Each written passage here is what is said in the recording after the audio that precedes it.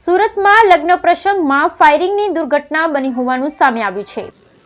સુરતમાં લગ્નના વરઘોડામાં ફાયરિંગની દુર્ઘટના બની હોવાનું સામે આવ્યું છે। ડિંડોલીના વરઘોડામાં 3 રાઉન્ડ ફાયરિંગ કરાતા અફરાતફરીનો માહોલ સર્જાયો। ડરના મારે લોકો નાસભાગ કરવા લાગ્યા। આ ભાગદોડમાં કેટલાક લોકોને ઈજા પહોંચી હોવાનું સામે આવ્યું। ફાયરિંગ દુર્ઘટનાને લઈ પોલીસે તપાસ હાથ ધરી છે। સૂત્રો દ્વારા પ્રાપ્ત માહિતી મુજબ સુરતના ડિંડોલીમાં એક લગ્નના વરઘોડામાં જઈ રહ્યો હતો ત્યારે ફાયરિંગની ઘટના બની। વરઘોડા દરમિયાન 3 રાઉન્ડ ફાયરિંગ થતા લોકોમાં દોડધામ મચી હતી।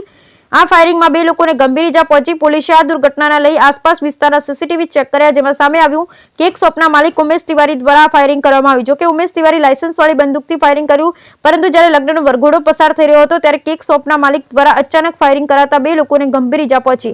ઘટનાની તપાસમાં પોલીસને માહિતી મળી હતી કે લગ્ન પ્રસંગની ધામધૂમથી ઉજવણી થઈ રહી છે। આ પ્રસંગમાં સામેલ કેક શોપના માલિક ઉમેશ તિવારી ખુશ થઈ પોતાની લાયસન્સવાળી બંદૂકથી હવામાં ફાયરિંગ કર્યું હતું, પરંતુ આ દરમિયાન તેમના હાથનું બેલેન્સ ખસી ગયું અને મિસ ફાયર થયું। પોલીસ આ ઘટનાને લઈ હાલમાં પ્રાથમિક તપાસ હાથ ધરી છે। જોકે કેક શોપના માલિક ઉમેશ તિવારીનું લાયસન્સ રદ થશે કે પછી તેમની ધરપકડ કરાશે, આ મામલે પોલીસ કેવો અભિગમ અપનાવશે તેવું જોવું રહ્યું।